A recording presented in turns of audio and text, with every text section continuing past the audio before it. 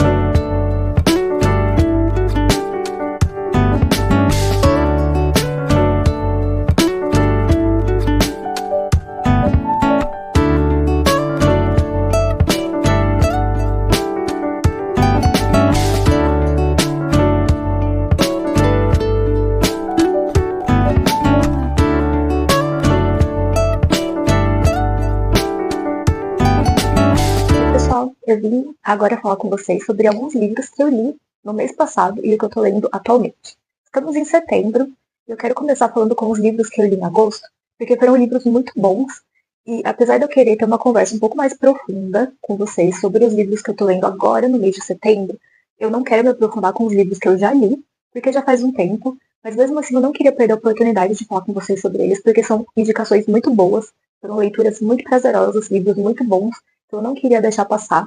Então eu vou só conversar com vocês sobre eles, fazer as indicações. Eu nem tenho um roteiro para esse vídeo, vai ser mais uma conversa mesmo para poder indicar, conversar sobre eles, falar sobre o que eles são e contar como foi a experiência de leitura para mim. Então, um dos grandes livros que eu li em setembro, que eu li em agosto, foi O Nome da Rosa, do Umberto Eco. Gente, esse livro aqui é um acontecimento. É um dos melhores livros do mundo, um dos melhores livros que eu já li na minha vida, assim, disparado, não tem nem o que dizer. E foi espetacular, vale muito a pena, simplesmente. Eu brinco que tem alguns livros que parecem que contam todas as histórias, sabe? Que parecem que tem todas as emoções humanas, parecem que tudo foi dito. Eu sinto muito isso em Os Miseráveis, do Victor Hugo, e eu senti muito isso em O Nome da Rosa. Aqui tem de tudo.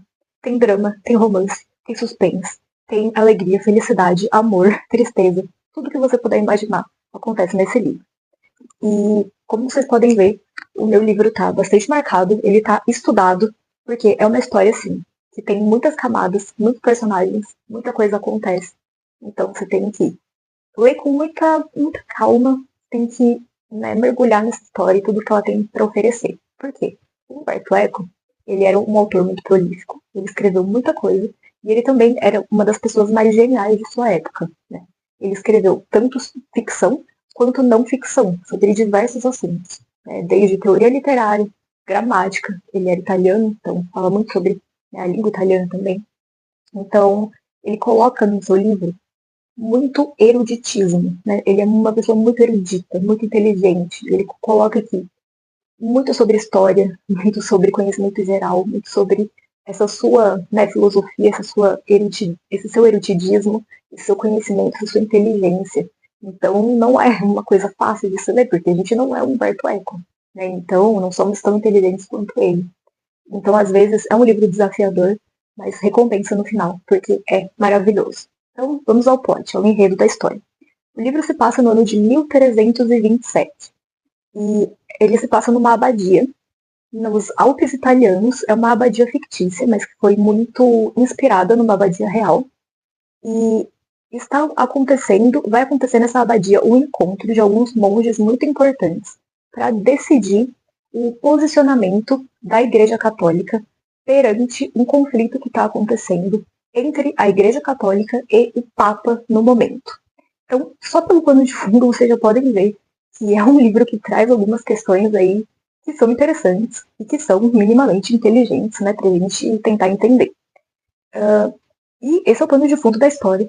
Porém, dentro dessa abadia, começam a acontecer algumas mortes muito suspeitas. E aí, então, né, essas mortes parecem sim muito com assassinatos. Então, estão acontecendo assassinatos nessa abadia. E aí, o que acontece tem que descobrir quem está assassinando esses monges, né, o que está acontecendo, antes, né, de preferência, do pessoal chegar para ter essa reunião. E aí, o personagem principal da nossa história é o Guilherme, que ele é tipo o Sherlock Holmes. Ele é um dos três que vai chegar nessa abadia para essa reunião, porém ele chega alguns dias antes, a convite, do abade principal dessa abadia, para poder investigar essa história, porque ele tem essas habilidades de investigação. Por quê? Porque já foi um inquisidor no passado. Então, o Guilherme, ele leva o seu assistente, que é um noviço chamado Adso, que aqui faz o papel do Watson, ou seja, Adso Watson, para o auxiliar e também aprender. E aí, então, o Guilherme tem essa missão de tentar descobrir os assassinatos, né, o autor dos assassinatos, o que está acontecendo, antes do pessoal chegar para essa reunião, esse concílio, e descobrir o assassino. E aí, meus amigos, tanta coisa acontece. O livro se passa em apenas uma semana, tá? Então, a gente tem a divisão, os capítulos são divididos por cada dia dessa semana, e entre as divisões é dividido também por horas dentro desses dias. E assim, é um livro incrível, principalmente porque dentro dessa abadia é um ambiente muito fechado, né? Poucas pessoas têm acesso, obviamente, apenas os frades que vivem lá. Um ambiente muito austero, muito silencioso, onde os frades que lá vivem apenas rezam, comem, fazem as atividades ali e vão dormir. E também tem acesso à biblioteca. A biblioteca é quase um personagem aqui também. A gente tem uma planta da biblioteca aqui na frente. E essa biblioteca é como se fosse um labirinto. Ela foi construída de tal forma que as pessoas não consigam acessá-la. Apenas o bibliotecário principal sabe o caminho dos seus livros. Por quê? Porque dentro dessa biblioteca tem livros proibidos. Livros que as pessoas comuns não devem ter acesso. Então apenas o bibliotecário tem acesso a eles e apenas o bibliotecário dá acesso aos livros que as pessoas querem. Então, se você quer ler um livro específico, você tem que checar na lista se esse livro está disponível, né, pedir permissão e aí o bibliotecário te dá permissão ou não. E dentro dessa biblioteca acontece uma coisa muito interessante, que são os frades copistas. São pessoas que, como profissão, copiam livros à mão. Né? Então, muita gente leva livros para essa biblioteca. Os frades que lá estão copiam esses livros e, em contraparte, eles podem pegar um livro emprestado para poder ler e copiar também. E numa época, né, anterior à prensa, que é quando se passa a história, era isso que tinha que ser feito. Você tinha que copiar o livro à mão se quisesse levar o conhecimento de um lugar para o outro.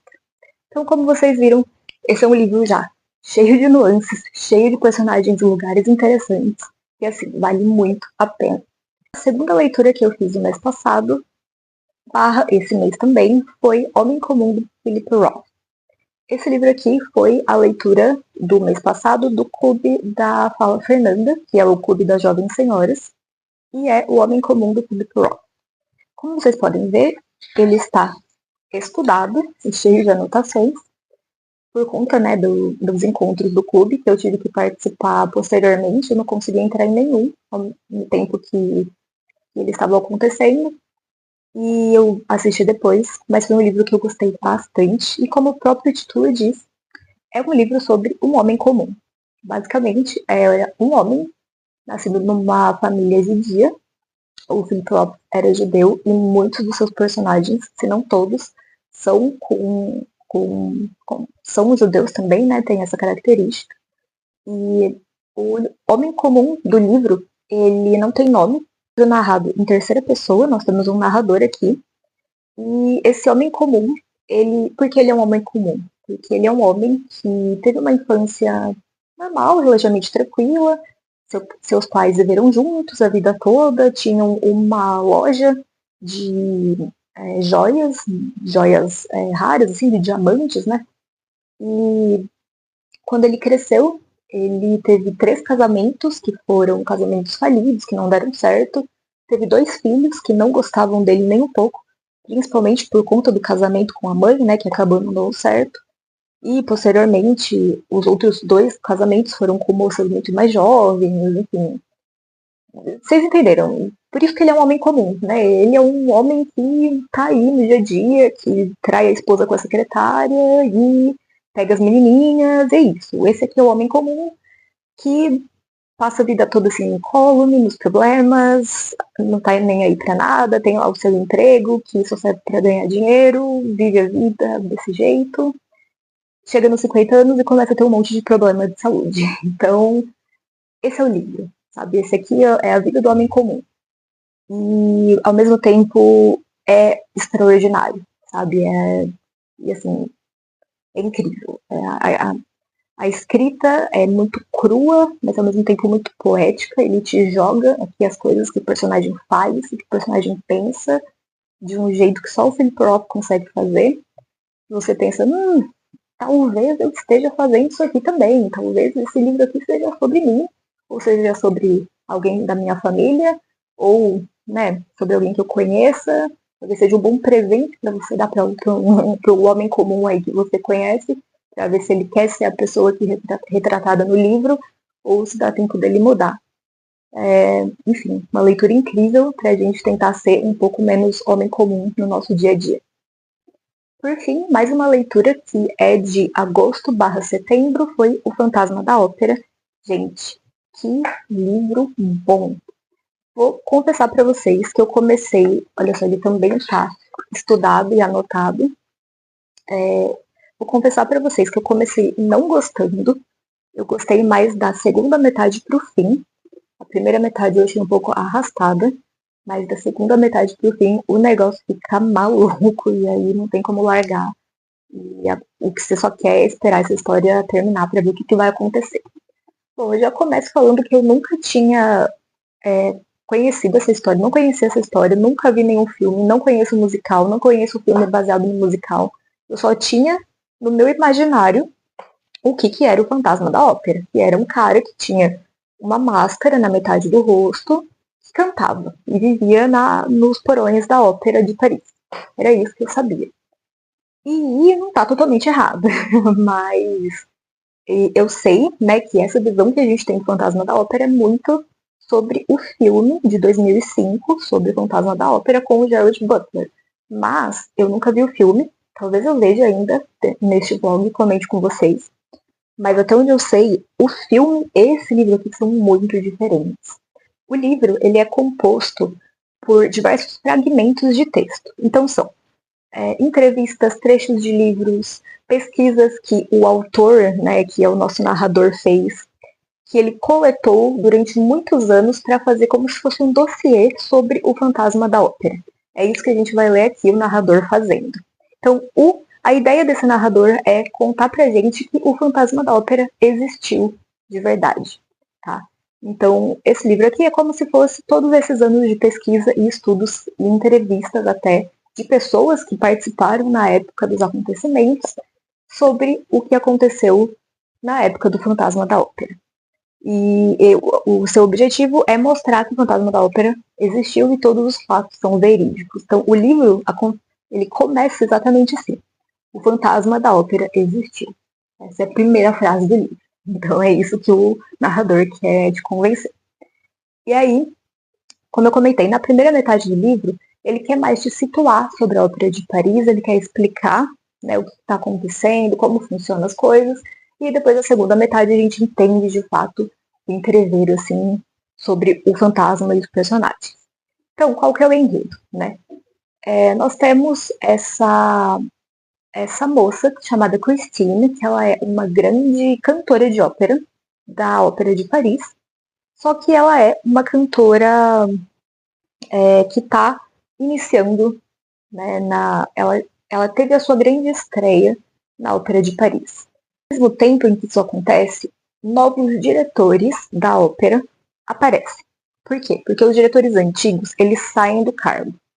Não se sabe por quê, mas aí a gente descobre que é porque eles estão cansados do Fantasma da Ópera. Por quê? Porque o Fantasma da Ópera faz algumas exigências para os diretores, que ele quer receber um salário, ele quer ter um camarote sempre disponível para ele, enfim, tem algumas exigências que o Fantasma da Ópera quer ter, né, alguns benefícios para que tudo continue dando certo na ópera. E aí, quando a Christine tem essa sua primeira apresentação e ela vai super bem, o Fantasma da Ópera chega para esses novos diretores e fala assim, olha, eu quero que a Christine seja a personagem, né, a cantora principal na nossa próxima apresentação. E aí os diretores pensam, nossa, né, claro que não, a nossa cantora principal é a outra, nada a ver. Eles desacreditam no fantasma, eles não acham que aquilo é verdade, eles acham que é alguém enganando eles acham que é uma sabotagem, enfim, que isso não existe. E aí, eu não vou falar para vocês o que acontece, mas acontece uma coisa muito periclitante, que eles começam a acreditar que o fantasma pode ser real. E aí, então, a gente começa a ver um pouco mais sobre, então, essa relação entre o fantasma e a Christine.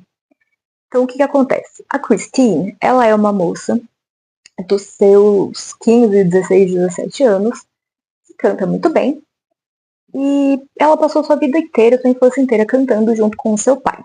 Quando o seu pai falece, ele fala que o anjo da música vai tomar conta dela. Era uma história que ele contava para ela quando ela era criança. E, enfim, para acalmar o seu coração de jovem, do século XVI, ou, enfim, não sei qual século, ele fala que o anjo da música vai, né, acalentá-lo. E aí, Quando ela tá em seu camarim, né, treinando, ela ouve uma bela voz cantando que é o fantasma da ópera. E pronto, é o anjo da música. É assim que ele se apresenta, porque ele ouve ela falando essa história. E a partir daí, ele, que é um cantor muito bom, começa a dar aulas de canto para ela dentro de seu camarim, apenas, né, ouvindo pela voz através das paredes. E o fantasma nessa história, ele é um ser onisciente, onipresente e que ao mesmo tempo é apenas uma voz, mas as pessoas o veem através de vultos, ele parece uma caveira ao mesmo tempo. Então essa figura mística que todo mundo dentro da ópera sabe que existe, todo mundo tem medo, menos a Christine, porque para ela ele é o anjo da música, né? Por isso que ela confia nele. E aí, o que acontece? Existe um personagem que é o Raul. O Raul é um amiguinho de infância da Christine. Eles se separam porque ele vai trabalhar na marinha, ele vai pra guerra, e aí quando ele volta, ele a vê no palco, sendo uma cantora maravilhosa, lindíssima, se apaixona novamente. Quando ele vai encontrá-la, ele a ouve conversando com uma voz masculina, né? Percebe que não tem ninguém, fica meio, né, desconcertado, fala, como assim, né, vê que tem alguma coisa errada, e aí a missão de vida dele se torna, então, proteger a Christine dessa voz. Então, o Raul e o fantasma da ópera já se tornam inimigos desde sempre.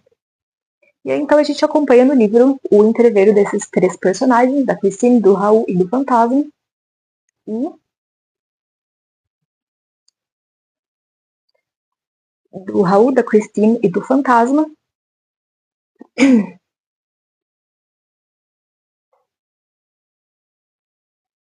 até que acontece um rapto. A Christine é raptada.